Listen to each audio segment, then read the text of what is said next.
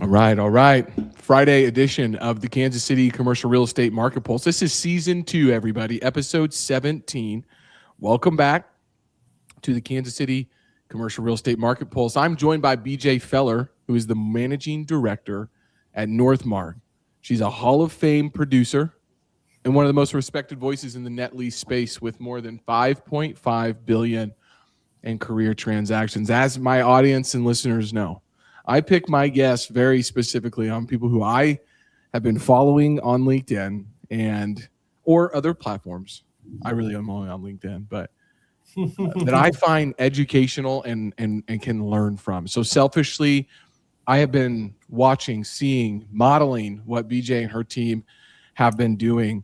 And when I see somebody go as deep as she has on specifically one brand, and we're going to talk about today, but Walgreens, and just understanding everything that's going on, I want to interview that people because we host this podcast for one reason and one reason alone. Clarity beats noise.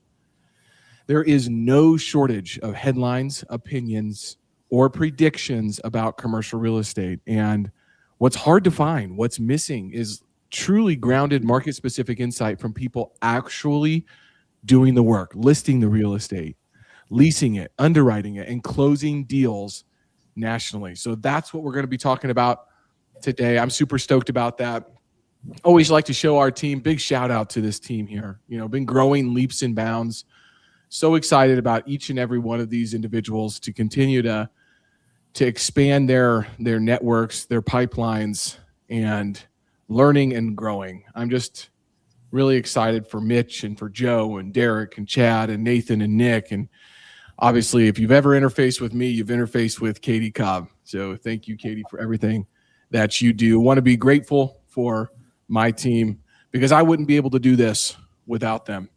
All right, BJ Feller is the managing director and the senior vice president at Northmarq, where she leads the Chicago's office's net lease investment sales platform.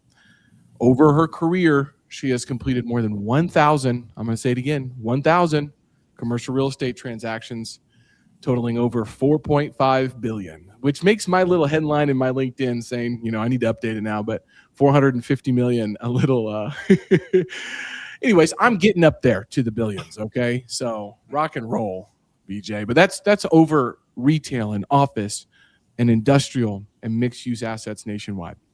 She's widely respected as a thought leader in the net lease sector and was named a 2023 Globe Street Net Lease Influencer and inducted into the Midwest Commercial Real Estate Hall of Fame. Believe that. That's incredible. Beyond production, BJ is known for mentoring the next generation of commercial real estate professionals and advocating for more women. Yes, I was just talking with Fly and Mo about this, advocating for more women to succeed in the industry. My first mentor, BJ, still rocking and rolling here in Kansas City. Wonderful woman I learned everything from in commercial real estate. So I highly applaud you on that. BJ combines deep market knowledge with a modern perspective on research, economics, and AI's growing role in commercial real estate. BJ, welcome to the show. Thank you so much for having me, Logan. The introduction both simultaneously is humbling and makes me feel very old, but I do appreciate it nonetheless. And I share your sentiment. It's all about the team, as Bo Schembechler, the famous University of Michigan coach, said. So I love that you shouted out to your team, and I'll do the same. None of any of those stats would be possible without people who are just operating in lockstep with you. So yes. I love that you named them right at the top. And also love your show. You've done a great job. I feel like commercial real estate might be too small of a pond for your podcasting skills. You're really, really good. Well, I appreciate that. You know, here's the thing. Like I can talk about a lot of different, topics, smoking brisket, barbecuing, working out, football, parenting, indoor rowing, basketball, all the things. But, what I learned was Naval Ravikant in his tweet storm really talked about understanding your specific knowledge, right? Yeah. And niching down into that and then applying leverage through that. And we both talked about the people around us, the team. That's one of the pieces of leverage. Here we're doing another one right here, media. That's number 2. We're going to talk about technology and capital today. So we're going to be talking about all 4 components of utilizing leverage. But I have really tried to focus on this show being commercial real estate because, again, you may be following. I listen to a lot of podcasts, and they have people on with mindset and all these. I love those things, but like, if you want to direct yourself to commercial real estate investors, brokers, developers, they're going to go somewhere else, to Modern Wisdom or somebody else's podcast. Yeah. Huberman, those are the leading experts there. And today we've got a leading expert in the triple net lease market. So I want to talk to you about this. What's the real story in the triple net lease market right now that you're seeing? What is the state of the market? Yeah, great question, Logan. And I've been doing this for 15 years now. And the net lease marketplace actually isn't that old of an industry. It kind of started in the late 80s, early 90s when a great mentor of mine, Stan Johnson, did the first sale leaseback ever with a guy named Sam Walton. Yeah. It's a funny story. He was driving to Spring Beach and in the panhandle of Florida and saw Walmart expanding and thought, I'm going to call that guy up and see if he'll sell to some of my oil and gas clients. He was an accountant at the time and did his first sale leaseback. And I want to say it was like a 30-year sale leaseback at a 12 or 13% cap rate. So, I mean, that was only 40-ish years ago. Commercial real estate's obviously been around far longer than that. And we're living at this interesting, fascinating inflection point in our culture and our society and our economy where we're going through the single greatest wave of retirement that will ever be seen in the U.S.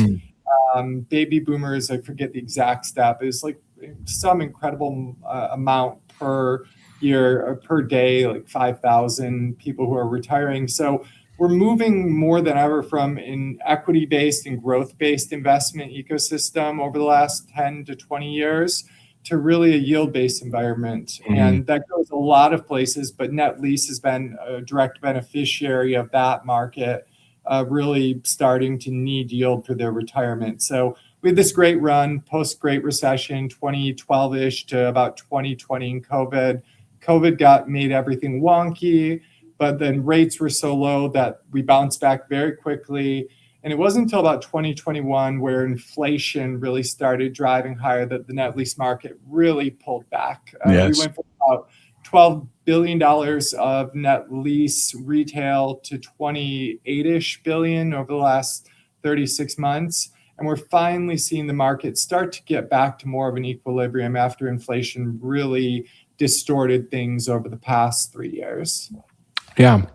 Let's double click on that, because when you hear inflation, a lot of my clients, a lot of my investors, they get into real estate to be an inflation hedge, right? And so, but that they're also doing value add real estate deals with shorter term leases. So when we think about inflation specifically for the triple net lease market, how does that ripple through? Because, I'll say I've done my fair share of multi-tenant, retail, office, and industrial, but very, very few single tenant net lease deals in my reputation. So I'm just curious in regards to inflation and how that impacts triple net leases, maybe single tenant triple net lease more than, multi-tenant that might have expiring leases at different points of time. So is that something that you have experienced, and why the pullback, or something else?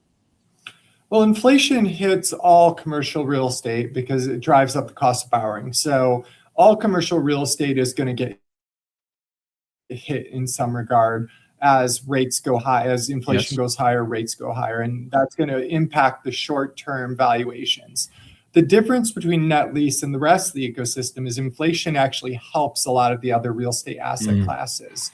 You get rent growth in multifamily, even office. We know what's going on there. You get rent growth in industrial to some degree because cost of construction gets higher because of inflation.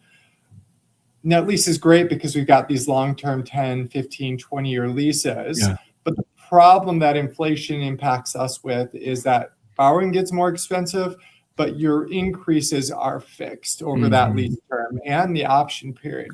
So because of that, we get hit a little bit harder by inflation than the other asset classes do. And that's why you saw inventory grow to about $30 billion. There's other reasons as well, but we really need a stable inflationary environment to get back to a good place for our market to really return where we want it to be. But it's getting there. Yeah.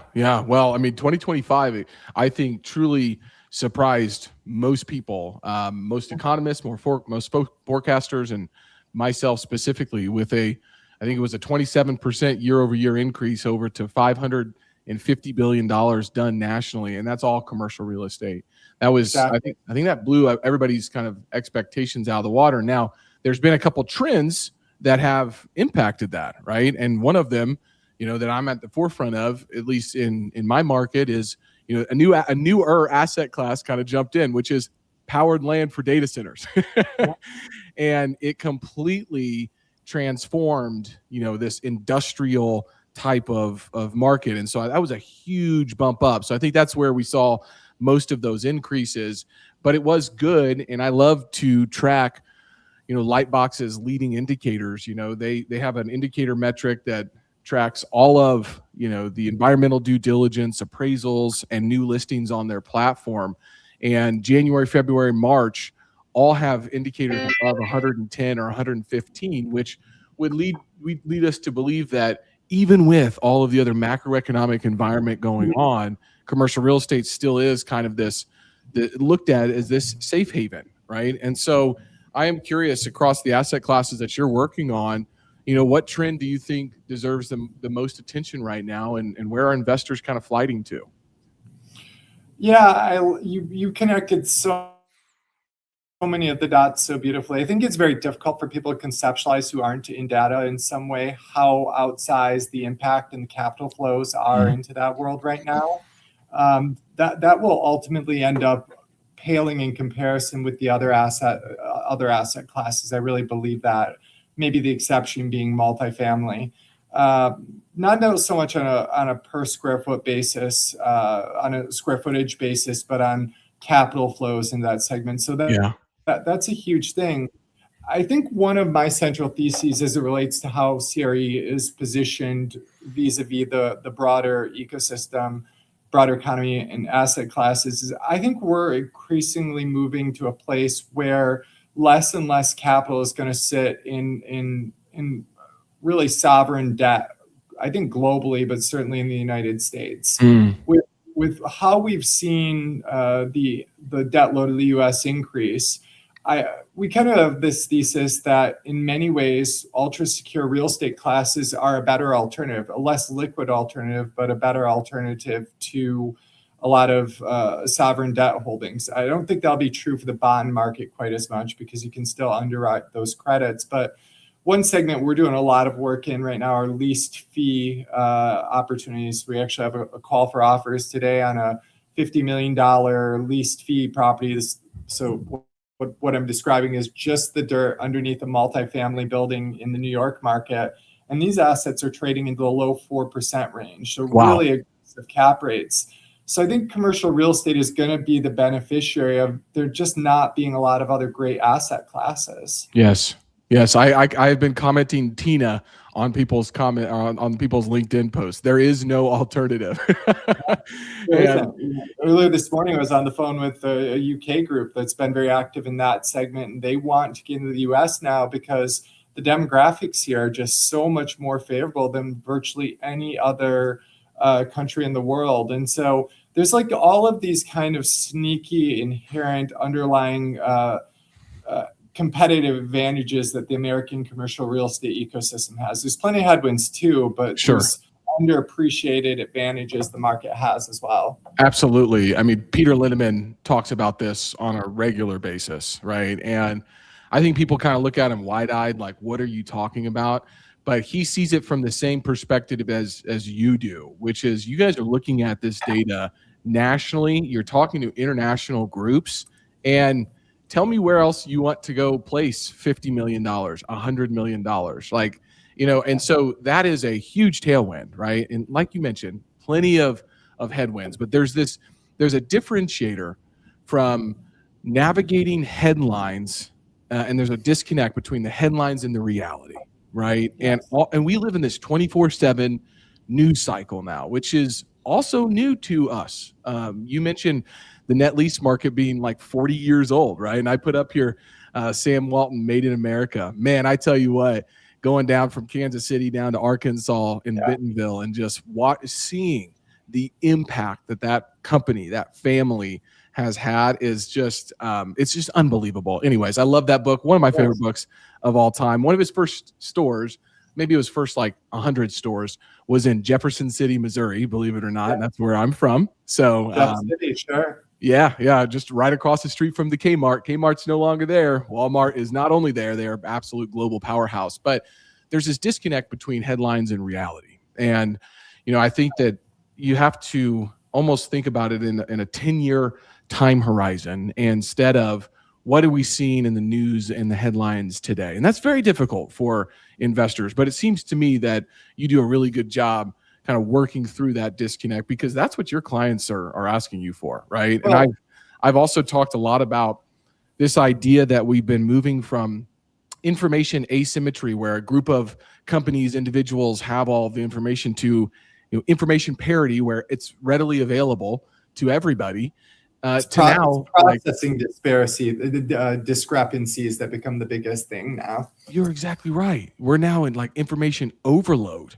Yeah. And the folks that can help people make inferences and have data-backed decisions that make sense, even with all of the noise, are the ones that are having a lot of success. And it's kind of what I wanted to talk to you about next, was the research and the AI creating separation. I mean, how are you exactly using artificial intelligence and the ability to have so much data and actually, I'm going to call it, weaponize it in the right way, operationalize this data? I'm just so curious on this.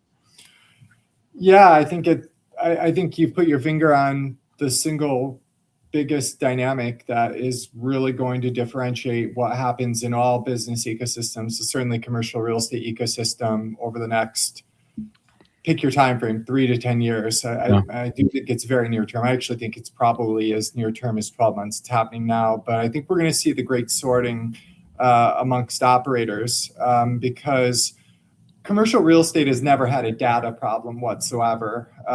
Everyone had data. Advent of CoStar and all these other ecosystems brought basically the same pool of data to everyone.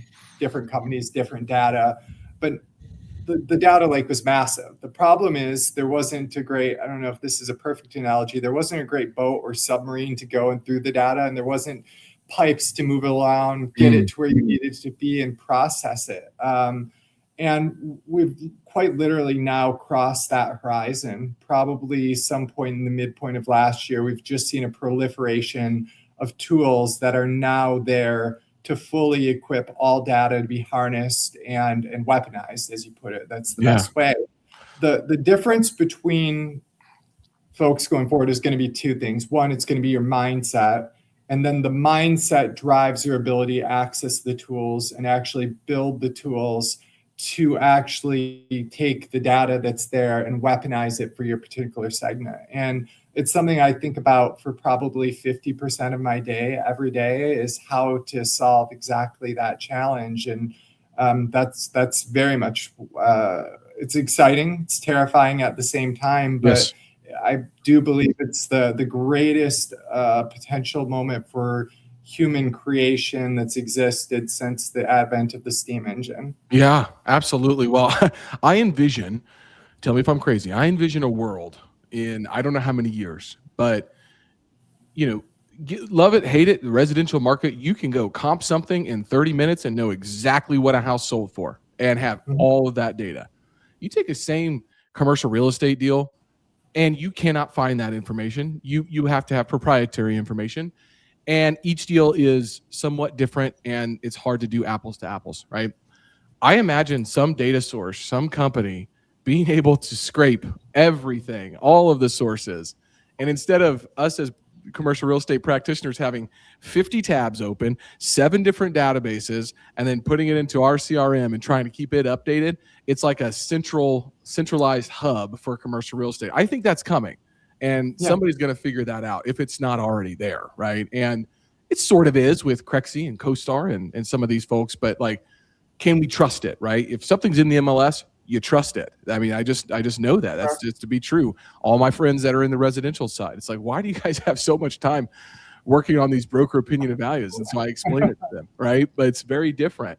And that could be a game changer, right? Because then what truly differentiates you from the other groups, right? That's one thing. The other thought that I've been having is I am so hesitant to go build something custom that's going to cost multiple six figures, because every time I log online or check my email, the problem that I thought I was needing to solve is now solved through one of these other platforms or is being built, and I can subscribe to it for $4.99 a month. And so like it's changing so rapidly and so fast. And I think there's this like wave of prop tech where you've got technology folks and entrepreneurs trying to solve problems, but they're not actually built by commercial real estate practitioners. So that's not right, versus some commercial real estate folks figuring out how to partner with some tech folks and then really taking off. I don't know. I'm just hesitant on that. So are you guys custom building things right now? And obviously you're at a very sizable firm and you have resources to do that. I think that's very important. But as a boutique shop with 9 people in Kansas City, I'm hesitant to go try to build something because I might open my email and say, oh my gosh, I could have bought that for $29 a month. Well, I think it's a bit of a hybrid is how I view it. Certainly CB and the big brokerage shops are building that totally proprietary and putting tons of capital into that. And they probably should, because they have enough of a financial bandwidth to do it. But for anyone who's not a Fortune 500, I think what you really should be thinking of doing is building a proprietary system that's built in best-in-class solutions that are interchangeable. One of the greatest advents of U.S. economic growth was the advent of interchangeable parts, where you could not one thing could break down and you could simply swap out the carburetor in a car or whatever component. For a long time, that didn't exist. And that's kind of the analogy I would use to the modern CRE, well, not CRE, tech stacks and AI solutions and integration and LLM, is the ability to understand what your relative flywheel is. For you, it's starting way upstream, identifying the audiences of people you need to talk to, building a thought leadership campaign that moves the connection points, integrating that with your CRM and what other tracking tools you have, and then integrating that right into your execution pipeline, BOV stage to listing stage and escrow management. How can you knit that together? Because it's never been knit together before for any commercial real estate practitioner. We're now at the point where front to back that can be knit together in a way that the flywheel can accelerate and integrate all that data. And to your point, to answer your question, I fundamentally believe we're at a place where better tools exist now and will continue to exist, as you alluded to. And the key is to build with best-in-class solutions now, knowing that you're going to continue to swap out parts of the Ferrari engine as they get better. That's really well said. I'm going to have to clip that out and just like listen to that on a regular basis. I don't know how you just piece that together like you did in your mind, but fantastic. If you missed that, go rewind that like 5 times and listen to that, because I'm going to. I'm going to give a real world example. So I do a lot of industrial outdoor storage, and those are hard deals to find comps for. It's a hard deal to figure out. It's not a new asset class, but the capital behind it is really, forceful right now. And when you have an asset class that, rents have grown from 2020 to now 123%, capital is going to chase it. Okay. So I have been building what I would call my own proprietary comp data set for Kansas and for Missouri. So every time a deal is listed or I see something has closed, I go find what that is, and then I load it up into this LLM. I use GenSpark. If anybody is interested, I use GenSpark because it can do so many things. It's kind of like Claude before Claude was Claude. So like I've just been using it and I feel good about it. And every time I have a new deal to analyze, I can literally upload an offering memorandum or the deal points, and I have it compare to that exact database that I've already built of 15 to 20 different deals. And I can analyze and get feedback back to buyers or sellers very quickly. And that is one thing that has been an app. Is it a custom tool or whatever, an app? No, but I have a tab open on my computer. I'm looking at it right now. I could put an address in there. In less than 30 minutes, I can have a pretty good idea of what the value is of that property. And that's what I think is really unique about this technology, is this speed. And this insight becomes speed of execution. And I think in a competitive scenario industry like commercial real estate, in that environment, that is the entire game, is that speed. And I'll tell you this, like I put a post up about a deal that we're working on, and I have a custom map that I've generated that people can toggle land coverage ratios, building square footage, how many acres, and it'll populate all of those addresses. And people are like, why are you giving that away? And I'm saying, because Hormozy talks about, you can give away the secrets as long as you have to implement the execution, right? And sell that implementation. So like, that's what I've been doing, and it's been working wonders for our business. Yeah, I think it's brilliant. Everything I'm doing in terms of building our infrastructure, I refer to as project frictionless. So much friction has stood in the way of sales and advisory folks doing what they're really paid to do. And that's executing on the actual proverbial surgery that needs to get done, and then educating the people who need that. I'm using a medical analogy here, who need that surgery about the surgery. Yeah. And so I'll give you an analogy. I think for many years, top commercial real estate folks have operated not as like the senior neurosurgeon who just comes in at the most key moments and does the complicated brain surgery. They've been the neurosurgeon, the nurse, the anesthetist, the janitor, and pick every other role in the hospital. We're now getting to a point where there are enough tools and resources where you literally only have to be the neurosurgeon, but you have to figure out how to create all those other roles and amplify yourself. And so I love what you named in terms of that map. You're absolutely right.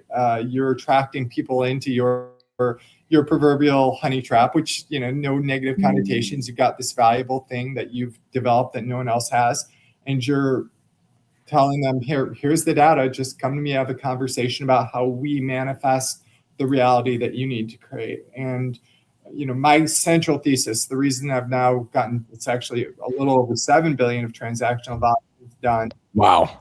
Is I believe more than anything else in selfless value creation for everyone in the ecosystem. Clients, brokers, service providers. I'm trying every day to go out there and solve as many problems that other people have as I possibly can, because it's been proven. At first it was a theory for me, but now I have overwhelming evidence that if you solve other people's problems, the rewards of that come back to you in many multiples more than you could have ever anticipated. Wow. Yes. I mean, I just interviewed Ken Ashley, been in the industry for 30 some years. And he said the central thing that has changed his, or been, he could attribute his success, was having that exact, he calls it the abundance mindset. Right. And that is incredible to hear that from not only him, but now you as well. So thank you for that. Okay. We got to hone in on one of these posts that you recently wrote on LinkedIn. So explain this Goldilocks curse for people hearing it the first time, and how you're sort of positioning that in what that's causing you to be thinking about right now. Because I found this to be fascinating. People talk about like scroll stopping posts. I must have hovered over that thing for like 10 to 12 minutes, literally just rereading it, trying to like, what? This is incredible. Like, and now talking with you, I get it, right? But like, explain this to everybody, because this is phenomenal. Yeah, I was fascinated the other day. One of my favorite books is Growth by Carol Dweck. Yes.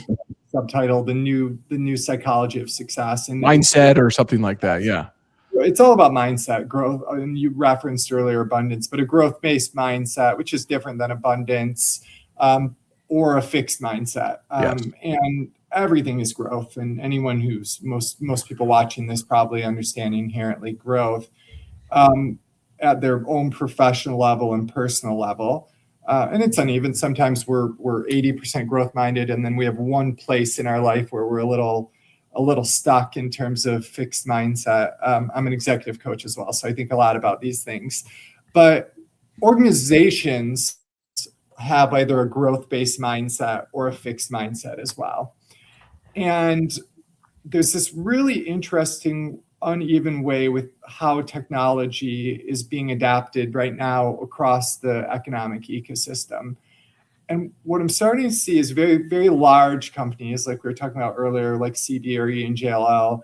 They've got these money cannons that they can just shoot at the technological problem. And whether they'll win or lose on that, they're going to do that. There's too much public market pressure not to pursue it. They're going to innovate. They may make mistakes in the innovation. They may direct the innovation in the wrong kind of vector, but that's its own animal. On the other end of the spectrum, you've got individual practitioners who are not constrained by corporate environments. They don't have the capital that CB and JLL and big companies have, but what they do have is just agility. They can move very quickly. They can make their own decisions. There's no compliance team keeping them in one direction. And we're seeing a lot of innovation, as you were referencing earlier with GenSpark and building your stack. And everyone's building their own stacks and platforms for their own proverbial flywheels. But then you've got this segment of middle market companies, and I don't know that there's a dollar range on it, but the companies that are probably between 100 to kind of 5,000 employees. These are companies that have developed very good compliance structures. Service providers, landlords, they have a very fixed way of doing things. They care about their data integrity. They care about their HR policies. There's all of these things that they care about. Some of them are more nimble than others, more forward-looking than others. There's a whole spectrum. But they don't have the capital of the big players to go out and build their own platforms. And so if you're not going to build your own tech platform, you have to be using outside tech platforms, which involves the central risk factor of you letting your data outside of your silo. Because all of this AI, all of this LLM revolves around you being willing and able to let your data go elsewhere. And you can mitigate it, but that's the central thing that has to happen. And what I'm seeing are these middle market companies are living in this Goldilocks curse. They're too small to have the capital of the big players, and they're big enough that they have massive compliance structures. And I think we're going to see a big sorting and a hollowing out in this segment where smaller players are going to steal a lot of market share as they can get more nimble with what tech's going to do for them. Bigger players, if they make the right bets and win on their tech, are going to steal market share. And that middle market's really going to struggle. Interesting. Yeah, that's super interesting. It had me thinking quite a bit about my own business, but also, thinking through, what is the opportunity, here, right? And, we've talked a little bit about this and my hesitancy to go out and do just that because I don't have the same capital as some of these groups do. I mean, I also think that like some of those larger companies, like they're in the mergers and acquisitions business as well, right? So it's like, hey, let's test this out and see, and then let's acquire, right, and bolt on, that's a smart strategy. It can be. It's a good growth strategy. We see it a lot in the financial services industry and things like that, right? That's a way to grow your business. And yeah, that's a unique concept, and I wonder how that shakes out, in regards to what that means for some of these companies and talent acquisition, I think too, because yes, AI is changing the game in regards to certain industries and jobs and things like that. No question about that. But for me, I have continued to see this opportunity almost where there is so much AI, kind of what I'll call slop out there, that people aren't trusting it as much, right? And how many times have I seen now on social media, I lost a listing or they didn't accept my offer because they asked ChatGPT what their property was worth. I saw Don Tepman post that the other day, and it's unsurprising. And I think there's going to be a lot of little quirks of the AI evolution and revolution, and things like that will be one of them. But I think one of the happy benefits, and it goes back to what you're talking about, is I'm actually a very big believer that we're going to see an advent and a new era of in-person human connection. And I think that has a lot of benefits for CRE because, and we've all seen the AI videos. I mean, the realism of so much AI content that you see on Instagram and other places, I don't care how sophisticated you are, how tech savvy you are, detecting true content from generated content, I think will be virtually impossible as soon as 6 to 18 months from now. And I think that's going to make people really lean into trusting what they see with their own two eyes in an actual built environment. 100%. And it goes back to that being the neurosurgeon that shows up. And this is to me is where AI has the biggest benefit right now is you either eliminate, automate, or delegate the things that are not revenue generating, right? You can do that through tech, you can do it through people. But then that moment where your client, the person is making the decision, you are there. And the trusted advisor is there, ready to go, armed with the dossier, understanding the dynamics of the situation and navigating that. And I fear that folks that, I've been in business since 2013. Okay. So I guess 13 years now. But my business, when I first got started, was pounding 265 cold calls per day.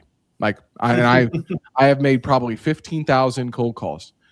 The efficacy of that strategy has also drastically dropped. Okay. Yeah. And so that's why I've been creating this proverbial flywheel, like you have mentioned, of generating inbound leads.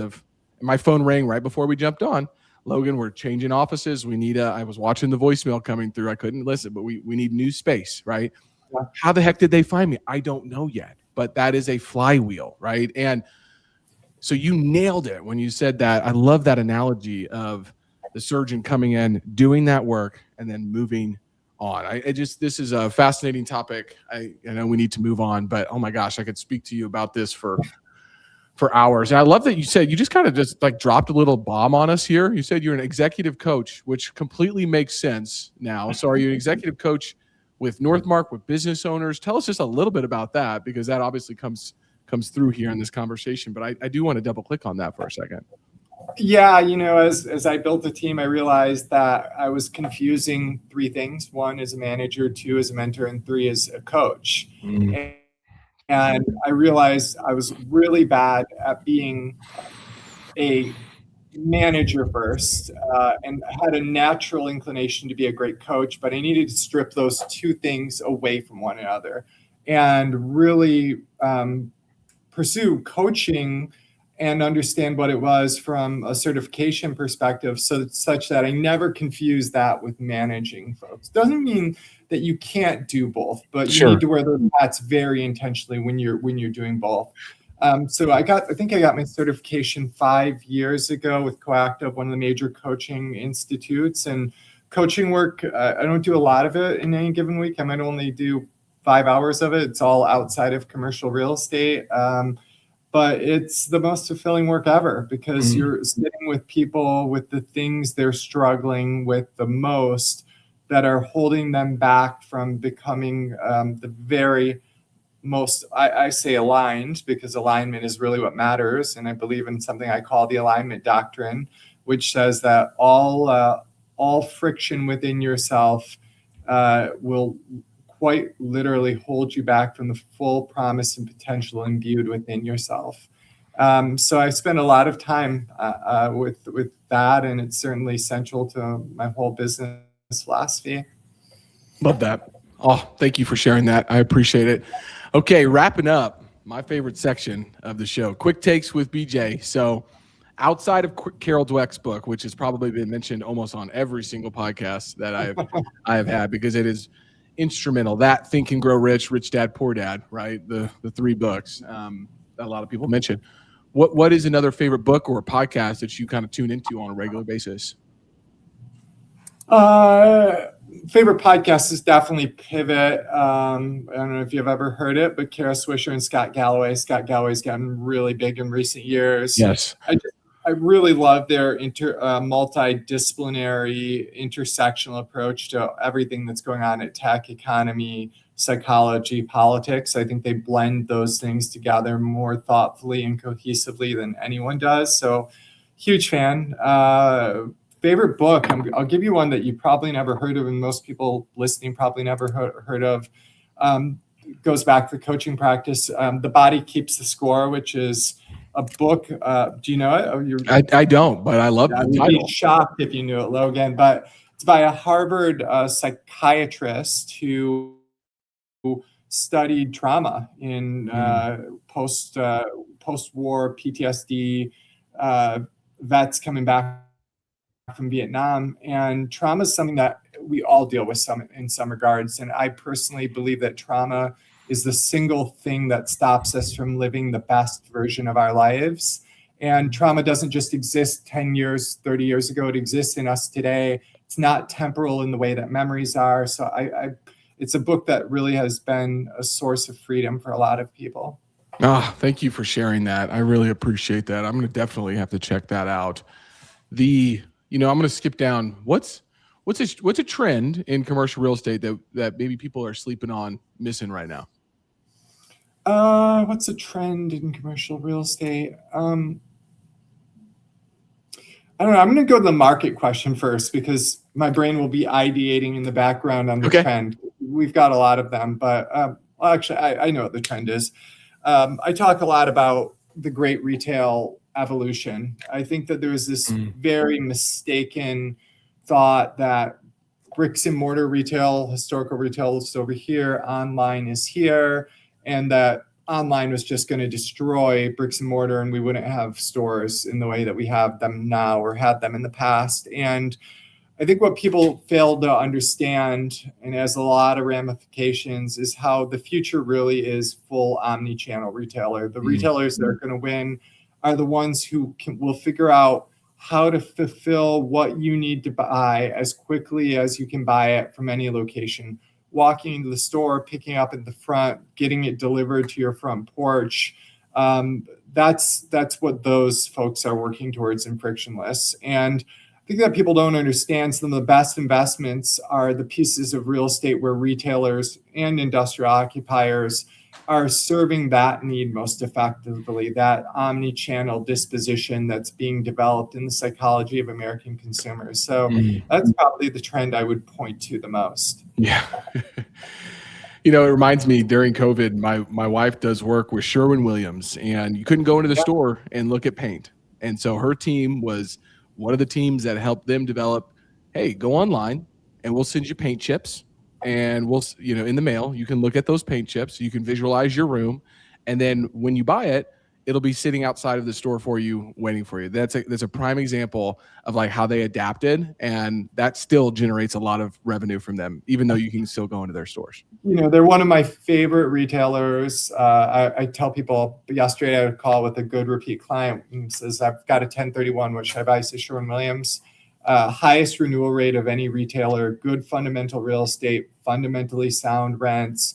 Love them as a retailer. And the irony as it relates to your story that you just shared about your wife, probably the tenant that least needed to have omni-channel, except at that brief snippet of COVID, but they still did it and executed. And like you said, still a big part of their business. So that's a great story. Very cool. All right. Well, let's move on to the market outside of Chicago, Kansas City.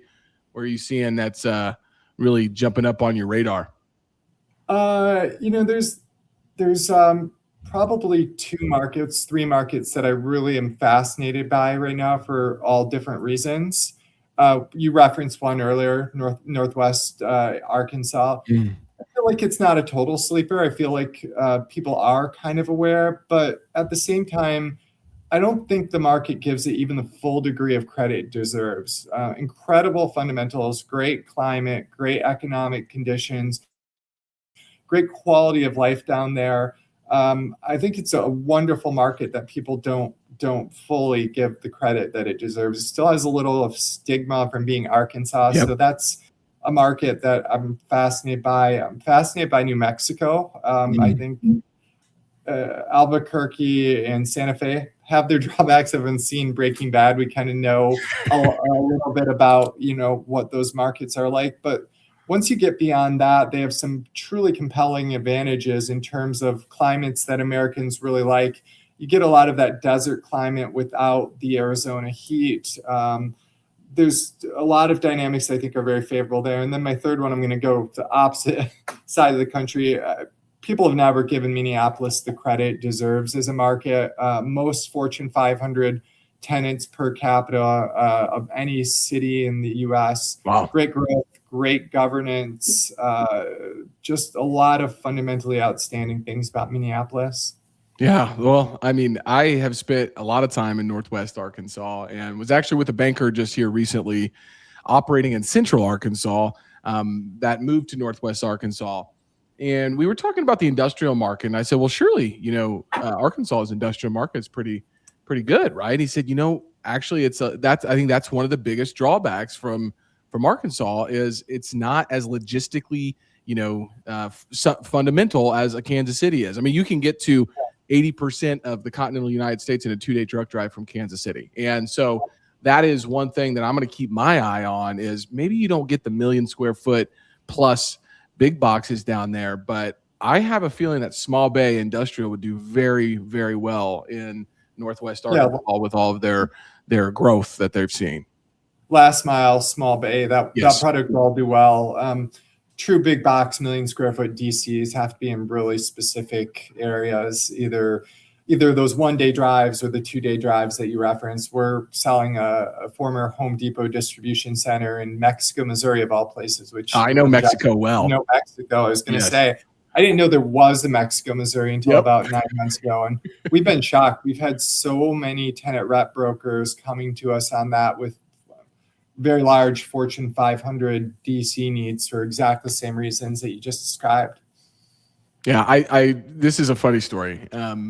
When growing up from Jefferson City, we used to play the Mexico Bulldogs all the time in all the sports, okay? And somebody would say, I'm headed to Mexico next week. And the question in Jefferson City was, Mexico, Missouri, or Mexico, like you're going to Cancun, So it's funny that you say that because the week before last, I was in Cabo for spring break and we were working on this transaction. And every single time I had to clarify which one I was referring to. So I lived that story, Logan. Oh, that's awesome. Okay. Last question on the quick takes is if you could have a coffee meeting with one person, dead or alive, who would that be? Oh, that's a great question. I think I'll stick with the business arena because there would be so many people outside of business as well. But I just have to say Steve Jobs. Yeah. I'm working on some things that we're innovating right now this morning. And as I was thinking about it, I just said, okay, what would Steve Jobs' perspective be on this? And went into Claude and I said, let's drop into a session. Here's the deck I've built. I want you to fully embody the archetype of Steve Jobs and tear me to 1 million pieces on what we're building here in a way only Steve could have done. And as good as, an LLM can simulate a human, it's still a simulation. Yeah. And really would love to have that conversation. Yeah, that's really cool. I've done that with archetypes previously. This is a prime example of what we've been speaking about was I was training or having a chat GPT be trained on Ray Dalio, investment principles at macroeconomic outlook. And then all of a sudden I see I'm on his list, of course. He built his own AI built on all of his books, like the next day. So I chat with, I forget what it is, Talk with Ray or whatever, his AI on a regular basis. But I love that. It's really kind of cool. It gets the wheel spinning. BJ, this has been, fascinating for me and for our listeners. If folks do want to follow you and learn more about your business, your executive coaching, potentially, just listen to some of what you have to say, because I tell you what, there's a lot of noise on LinkedIn, but when BJ posts, I am show more and I'm hovering right there. Oh my goodness, you're too kind, Logan. But no, love following you too. I'll close by saying this, and you referenced it earlier. We talked about the power of human connection. I challenge anyone who sees this video, think about the unique intersectionality of the things you know. You opened up by saying, what do you know? And I'll just say, everyone has this unique intersection of 4 things that they know a lot about professionally. Think about what lives at the heart of those 4 things and tell as many stories as you possibly can at the intersection, because those are the stories people want to hear and need to hear the expertise from the intersection of. And I think the reason everything you put out there, Logan, is so powerful is because you live at that intersectionality of your market, of your deal-making prowess, of psychology, of personal excellence. And I think that that resonates with people. And in an age where we're going to see more and more AI slap, sharpen the narrative there, really lean into it and figure out how to be as calibrated as you can. I think anyone who does that is going to be following a recipe that will lead to them thriving.